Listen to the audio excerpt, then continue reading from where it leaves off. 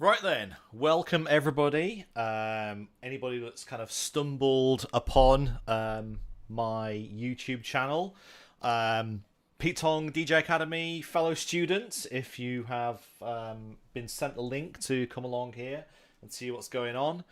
I'm Andy Tudor. You might know me from making video games, or you might know me from drum and bass. Either way, welcome to something a little bit new.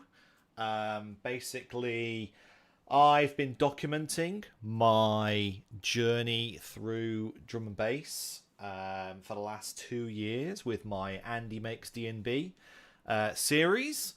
And that's been great, but it's always felt like I'm preaching from a pulpit on that kind of like stuff, with people being able to then just reply back to me kind of afterwards.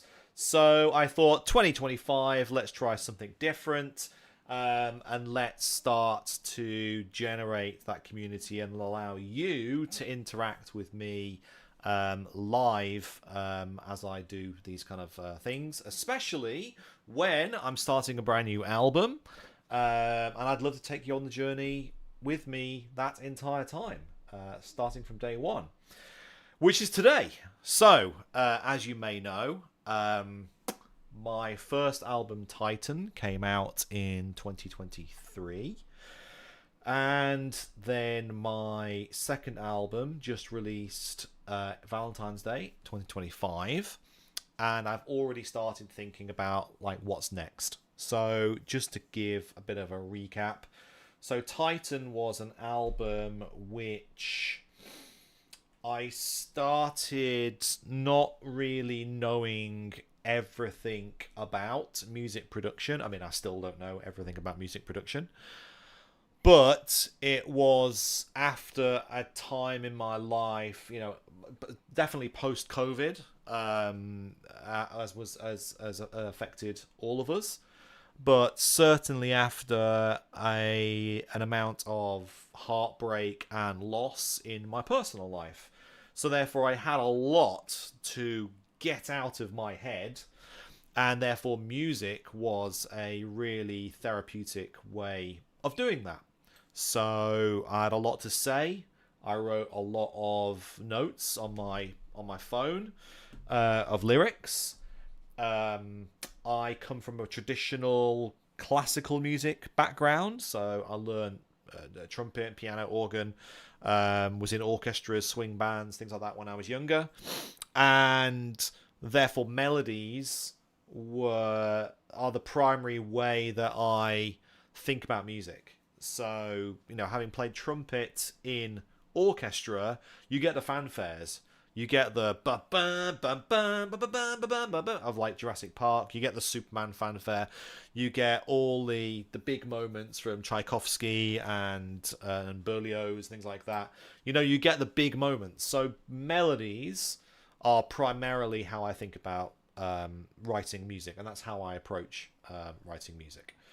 So with Titan, I wrote lyrics and I wrote melodies, and then the drums and the bass, supported that. And as I went through the process of making that album, I learned more about music production, more about compressing, more about EQ, more about limiting, more about fattening and filtering and all that kind of like stuff. Ultimately meaning that as I was releasing tracks, as I was releasing singles throughout the year, I was kind of learning more and wishing I'd go back and fix those last few tracks, things like that. Failing often, therefore. So the kind of Elon Musk strategy of every time we fail, we learn and we grow and we build better. Ultimately, that meant that Titan had tracks on it that I had gone back to and released throughout the year and remastered. So Titan is something I'm very proud of. Definitely has tracks on there that are bangers, and they were also remastered with what I had learnt, towards the end of the year, with the new knowledge that I had. So good, I would say. A positive start. Is it going to win awards? Absolutely not. But it did okay, right? And it did the thing that I needed inside me, which was that catharsis to kind of get things out of me, as well as being a brilliant stepping stone to learning techniques, using AI, etc., etc. So that was Titan. Shokunin, therefore, started kind of almost a few months after Titan, after I needed a break. You release an album, you've been working all year, both in my day job, making video games, and also I was doing a data transmission radio show, which meant that over Christmas, when Titan released, I was really ill. I was burnt out, burning the candle at both ends, multiple ends, really, if a candle can have more than two ends. And I just got absolutely, burnt out by that. So when I came back in the new year, 2024, I was of the opinion, right, I need to just get back to learning new things about music production and drum and bass, and software and plugins and all that kind of stuff. But also I need to get back to having fun, not thinking about having to put a new track out every single month and it's got to be good and it's representative of me and I've got to write lyrics, blah, blah, blah. And so therefore I did a lot of bootlegs and remixes. I did Tears for Fears and Live in Joy, a remix for Ivy as well. A bunch of different things, to kind of give me back the fun in my life and also teach me the new things that I needed going into Shokunin. So with Shokunin, I was starting on a really good basis. So I was starting with a good knowledge, better than I had from Titan. And I'd had a lot of tracks that didn't quite make the cut for Titan. So I already started with 6 tracks that were kind of in progress, or I know would ultimately make an album, but weren't quite ready during the first one.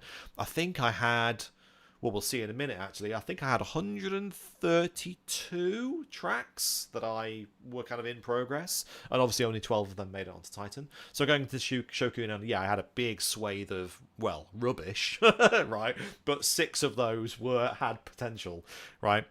So Shokunin, started off in a good space. Starting brand new tracks, knowing more about music production than I did before, and also not having a time limit put on myself of, this has to be out within the end of the year. My ethos this time was these tracks go out when they're ready, right? So slowing down slightly, but also making sure that I had a milestone regularly of something I needed to push out. So Shokunin started in maybe February, March time and took another year. I think I've finished it really in January of this year, slightly earlier, maybe very start of January, and then released it obviously Valentine's Day.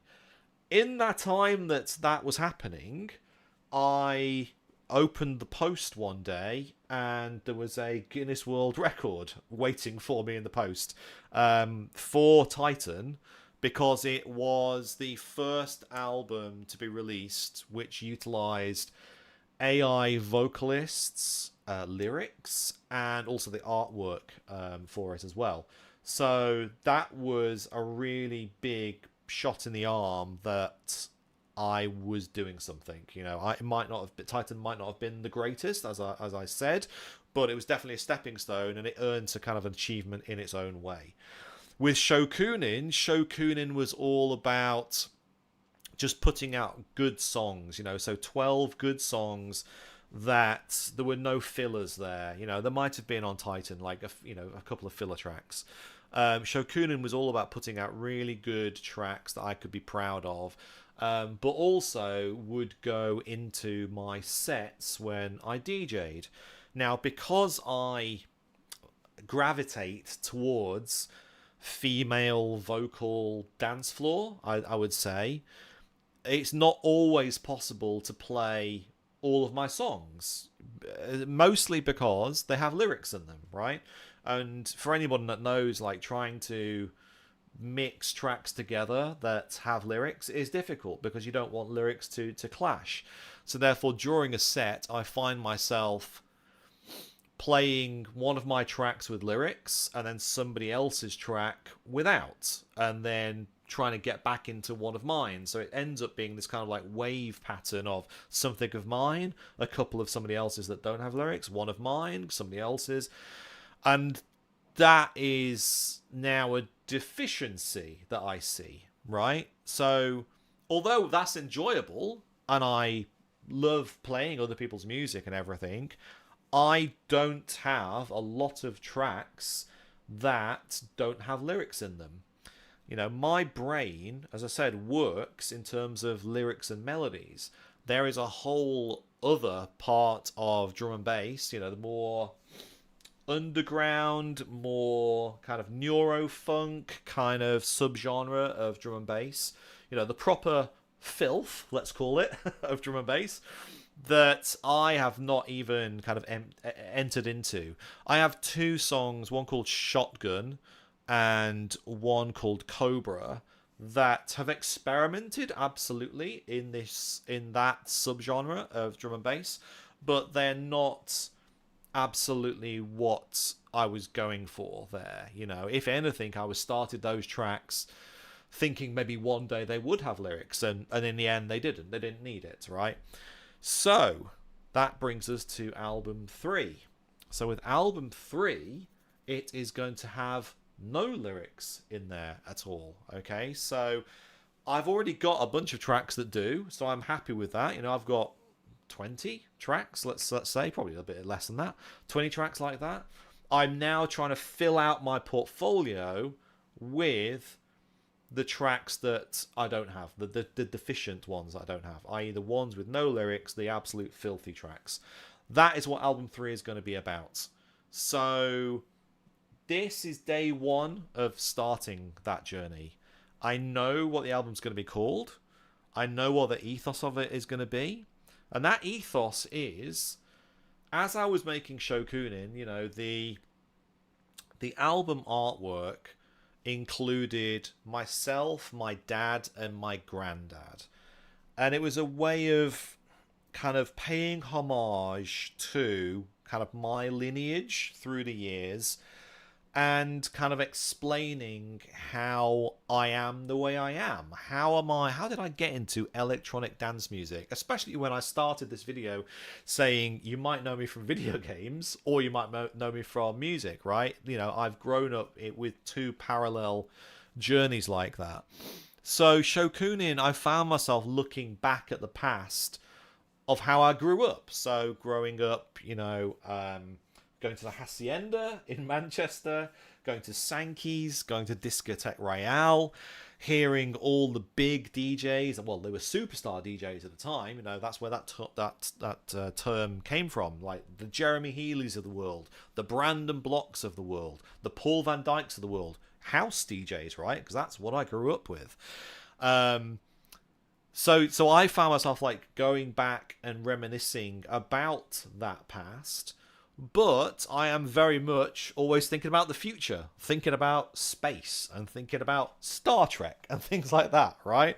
So there's a kind of dichotomy in my life of wanting to remember where I've come from, but also be forward thinking and looking to the future. And I was thinking there's got to be some sort of thing that represents, you know, like looking back at the past and maybe how people thought about those things at the time, and then like what they mean like now and like and forward thinking to the future.